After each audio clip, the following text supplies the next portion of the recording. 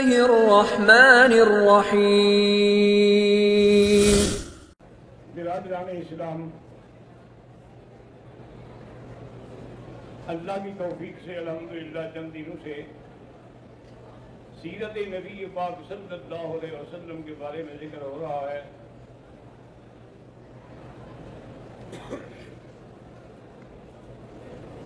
اور ان میں نے یہ بھی عرض کیا تھا کہ سب سے بڑے عظیم معجزے جو ہیں، ایک تو اللہ کا قرآن ہے جس کا کوئی مقابلہ نہ کر سکا، نہ قیامت تک کر سکے گا۔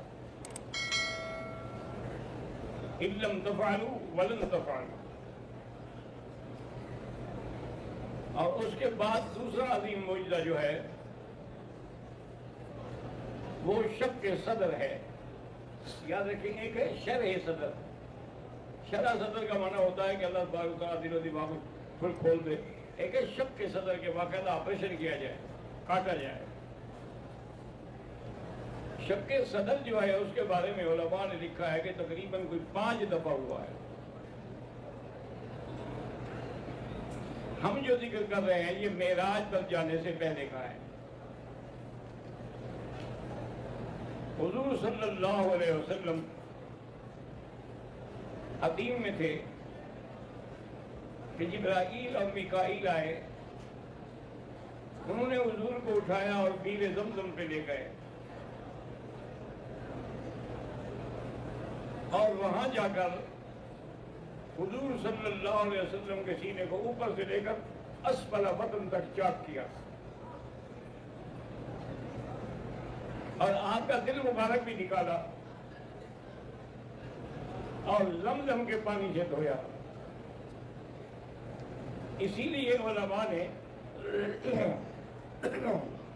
دلیل یہ پکڑی ہے کہ زمزم کا پانی جو ہے وہ حوض کوثر سے بھی افضل ہے۔ اگر حوض کوثر کا پانی افضل ہوتا تو جبریل جب ساری چیزیں لے آئے تھے تو پانی بھی لے آتے۔ ان کا پانی نہ لانا اور زمزم کے پانی سے دھونا دلیل ہے کہ زمزم افضل ہے۔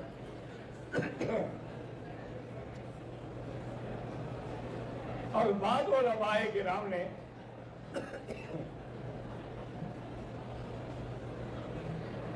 اس کی بڑی گہرائی اور گہرائی سے بحث کی ہے کہ بھئی حوض کوثر کا پانی جو ہے وہ تو اللہ کے حکم سے ہو گیا، وہ تو کن سے پیدا ہوا نا، لیکن زمزم جو ہے یہاں پر حضرت اسماعیل کے پاؤں لگے ہیں، جب وہ پیاس سے تڑپ رہے تھے تو اسی جگہ پاؤں مار رہے تھے، اور جبریل نے پر مارا ہے اللہ کے حکم سے۔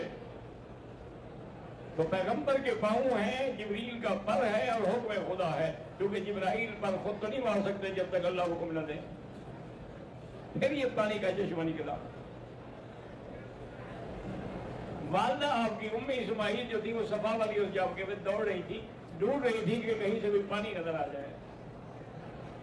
اسی لیے آپ نے دیکھا ہے نا جی کہ میلین اخضرین، یہ جو سب ستون ہے ان کے درمیان میں آدمی کو تیز چلنا چاہیے۔ وجہ کیا ہے کہ جب بھی یہاں آتی تھی نا تو حضرت اسماعیل نظر نہیں آتے تھے، تو آپ تیز تیز چلتی تھیں۔ پھر جب اونچی چڑھائی پہ آتی تھی پھر دیکھ لیتی تھی، پھر آرام سے چلنا شروع کر دیتی تھی۔ یہ شان ہے پیغمبروں کا اور ازواج مطہرات کا کہ اللہ نے ان کے عمل کو قیامت تک کے لیے سنت بنا دیا۔ آواز آئی کہ ام اسماعیل نہ گھبرائیں، اسماعیل کو پانی مل گیا ہے۔ حیران ہو گئے کہ آواز کہاں سے آ رہی، واپس آئیں، دیکھا کہ وہ پاؤں مار رہے ہیں اور پانی نکل رہا ہے۔ تو بی بی نے پتھر اکٹھے کیے اور رکھنے شروع کیے، زم زم ٹھہر جا ٹھہر جا ٹھہر جا۔ زمزم کا معنی ہے ٹھہر جا۔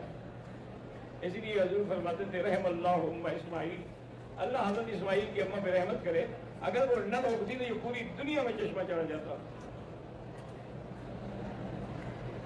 لیکن حکمت یہی تھی کہ کعبہ یہاں ہے، حجر اسود یہاں ہے، مقام ابراہیم یہاں ہے، تو زمزم بھی یہاں ہے، تمہارے پاس نہیں آئے گا۔ ہر چیز کے پاس تم آؤ گے۔ تو اس لیے علماء نے کہا کہ زمزم کا پانی جو ہے وہ افضل ہے حوض کوثر کے پانی سے. اب حضور صلی اللہ علیہ وسلم کا جب آپریشن ہو گیا، سونے کے تھال میں چیزیں تھی جو سینے میں بھر دی گئیں. بعض جاہل لوگ اعتراض کرتے ہیں جی کہ سونے کا استعمال تو ناجائز ہے. حضور کے لیے کیسے استعمال ہوا؟ وہ تو جنت سے آیا تھا حضرت، دنیا کا سونا نہیں تھا. دنیا کا سونا پہننا حرام ہے نا، قیامت میں تو کوئی حرام نہیں، وہاں تو ہم سب پہنیں گے. چاندی کے بھی اور سونے کے بھی اور موتیوں کے بھی کنگن پہنیں گے، مرد بھی پہنیں گے. آگے آئے تو براق موجود تھی. براق ذرا شوخی کرنے لگی.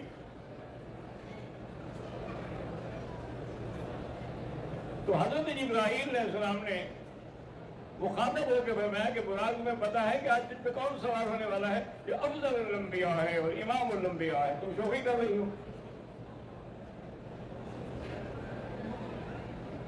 اصل مصیبت یہ آ گئی ہے کہ ہر باطل فرقہ جو ہے نا جی، وہ اپنے باطل مسئلے کے لیے بھی دلیل نکال لیتے. وہ کہتے ہیں جی حضور کو دیکھ کے دھمال کھیل رہی تھی، جیسے ہم قبروں پہ دھمال کھیلتے ہیں. اگر اس کا دھمال کھیلنا اچھا ہوتا تو پھر تو جبریل نہ ڈانٹتے نا. تو اگر دھمال اچھا ہے تو پھر تو ٹھیک ہے، نہیں ہے تو پھر اس کو ڈانٹنا چاہیے.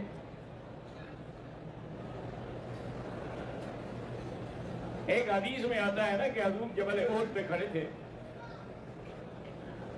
مدینہ منورہ میں، کہ جبل احد میں زلزلہ آیا. اس کا بھی یہی مسئلہ نکالتے ہیں جی کہ وہ حضور کو دیکھ کر خوش ہو کے دھمال کھیل رہا تھا. اگلی حدیث نہیں پڑھتے کہ حضور نے جوتا مارا اس پر. تو جو دھمال کھیلے تم بھی مارو. اب میں اس کو نہیں آؤ ما علیک الا نبی و صدیق و شہیدان. ٹھہر جاؤ، تمہارے اوپر ایک اللہ کا نبی ہے، ایک صدیق ہے اور 2 شہید ہیں. پہاڑ ٹھہر گیا. حضور صلی اللہ علیہ وسلم براق پہ سوار ہوئے.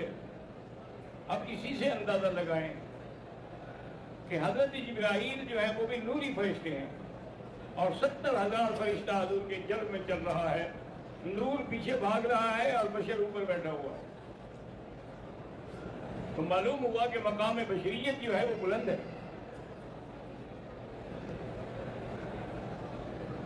لیکن کہتے ہیں جی نہیں، وہ اللہ کے نور کا ٹکڑا ہے. اگر اللہ بھی ٹکڑے ہو جائے تو پھر خدا کیا ہوا؟ نور کے، اللہ کے نور کے ٹکڑے بنا رہے ہیں. انا للہ و انا الیہ راجعون. اور اس براق کو اللہ نے اتنی تیزی دی تھی کہ جہاں نظر پڑتی تھی وہاں قدم پڑتا تھا.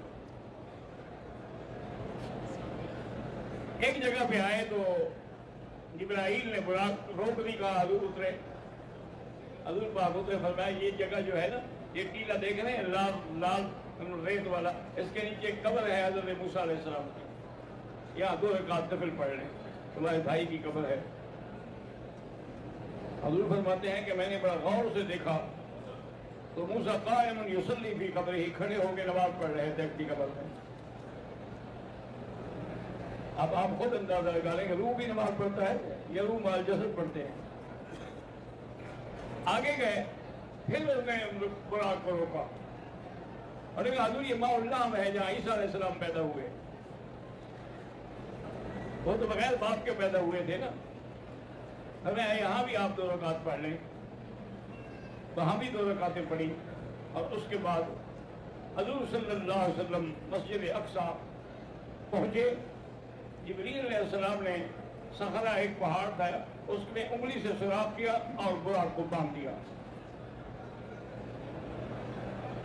تو اس لیے علماء نے کہا مسئلہ یہ ہے کہ اسباب پہ عمل کرو، توکل اللہ پہ کرو.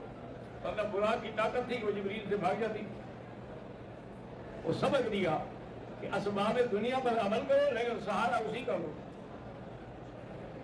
حضور صلی اللہ علیہ وسلم کے جانے سے پہلے تمام انبیاء اور رسل جو ہے وہ مسجد میں موجود تھے اور حضور کی انتظار ہو رہی. پھر اذان ہوئی، تکبیر ہوئی. اب ہر پیغمبر یہ سوچ رہا تھا کہ آج امامت کا مقام کس کو ملتا ہے. تھوڑی دیر کے بعد حضرت جبریل نے کہا صرف تو مشرقاً و مغرباً و شمالاً و جنوباً، میں مشرق بھی کیا، مغرب بھی کیا، شمال بھی کیا، جنوب بھی کیا، زمینوں پہ بھی کیا، آسمانوں پہ بھی کیا. ما رأیت مثل محمد، میں نے حضور جیسا نہیں دیکھا. تقدم یا رسول اللہ، حضور آپ وسلم پہ اور نماز پڑھا. حضور نے نماز پڑھی، سب نے اقتداء میں نماز پڑھی. اللہ نے جو عالم ارواح میں پیغمبروں سے وعدہ لیا تھا وہ پورا ہو گیا. اخذ اللہ میثاق النبیین.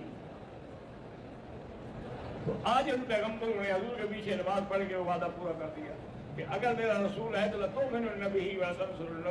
ایمان لیا ہے تو نماز پڑھی نا. پھر حضور صلی اللہ علیہ وسلم نماز کے بعد یہ اسراء تھا، آگے اب معراج ہے. سنہری زینہ رکھا گیا جس میں حضور صلی اللہ علیہ وسلم کھڑے ہوئے. زمین سے آسمان تک 500 سال کا سفر ہے. ہم حیران ہوتے تھے جب پڑھتے تھے کہ اتنی تو کیسے آپ سیڑھیوں سے تشریف لے گئے ہوں گے. لیکن اب دیکھا نا یہاں آنے کے بعد کہ ایکسیلیٹر پہ کھڑے ہو جاؤ خود بخود چلا جائے گا، لفٹ میں کھڑے ہو جاؤ خود بخود چلی جائے گی. شکاگو میں 120 منزلہ بلڈنگ ہے، میں نے خود دیکھی ہے. وہاں گئے آپ اندر کھڑے ہو 3 منٹ میں لفٹ ایسے چلتی ہے جیسے کوئی راکٹ جا رہا. تو اگر یہ بندوق کی بنائی ہوئی اتنا تیز ہے تو اللہ کی سیڑھی کیسے تیز نہ ہوگی. پہلے آسمان پہ گئے تو انبیاء موجود ہیں. حضرت آدم مرحباً بالنبی الصالح والابن الصالح. اسی طرح حضرت تمام پیغمبر حضرات آسمان پہ موجود ہیں. چھٹے آسمان پہ حضرت موسیٰ علیہ السلام ہیں اور 7ویں آسمان پہ جد الانبیاء حضرت ابراہیم خلیل اللہ. حضور پھر آگے گئے، آپ سدرۃ المنتہا پہ پہنچے. سدرۃ المنتہا کو منتہا اس لیے کہتے ہیں کہ نیچے جو اعمال کی رپورٹ جاتی ہے وہی جمع ہوتی ہے اور اوپر سے جو حکم آتا ہے وہ بھی وہی جمع ہوتا ہے.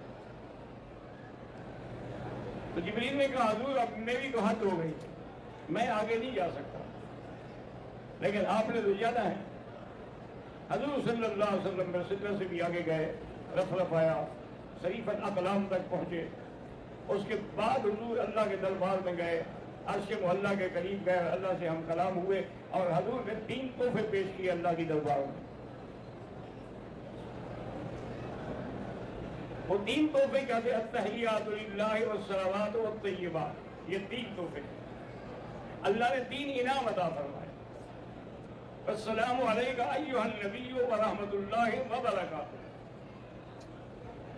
حضور صلی اللہ علیہ وسلم کو امت کے لیے 50 نمازیں دی اور خواتین سورۃ البقرہ کی آخری آیتیں عطا فرمائیں اور یہ بھی عطا فرمایا کہ جو بھی بندہ شرک نہ کرے اس کو جنت میں داخل کروں گا. حضور صلی اللہ علیہ وسلم واپس آئے. موسیٰ علیہ السلام نے کہا گیا محمد ان امتک لا یطیق، آپ کی امت میں طاقت نہیں ہے کہ 50 نمازیں پڑھیں. میری امت 3 نمازیں نہیں پڑھتی تھی. آپ واپس جا کے تخفیف مانگیں. حضور جاتے رہے آتے رہے، 9 دفعہ میں جا کے آخر 5 نمازیں رہ گئیں.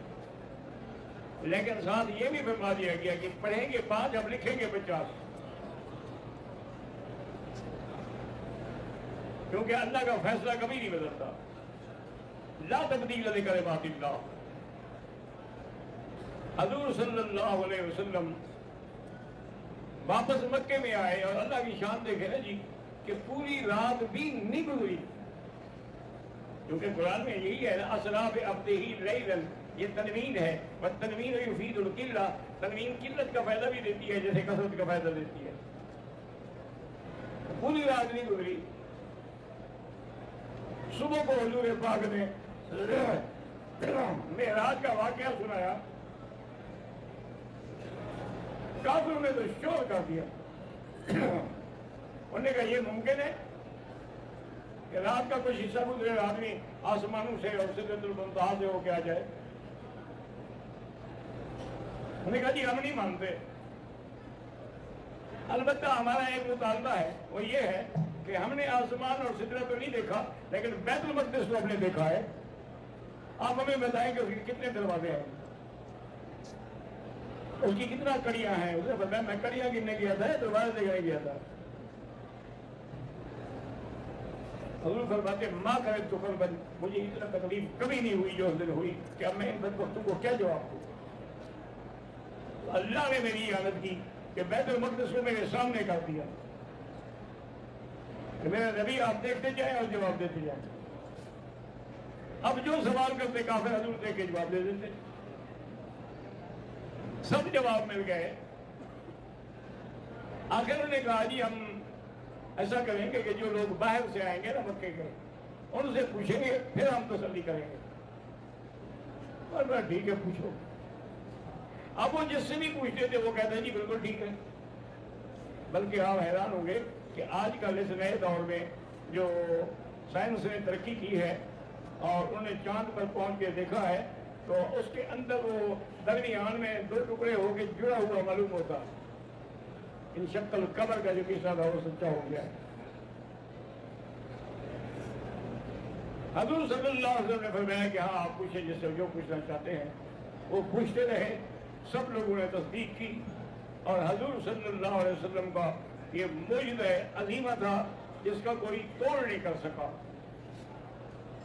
آخر انہوں نے یہی علاج سوچا کہ بھئی حضور صلی اللہ علیہ وسلم پر حملہ کر دیا، حضرت ابو بکر نے چھڑایا تو اس پہ حملہ کر دیا۔ تو بہرحال شق صدر جو ہے وہ بھی حق ہے، اور معراج نبی صلی اللہ علیہ وسلم جو ہے وہ بھی حق ہے۔ اللہ ہمیں صحیح طرف ہے حضور پاک کی اتباع کی توفیق عطا فرمائے۔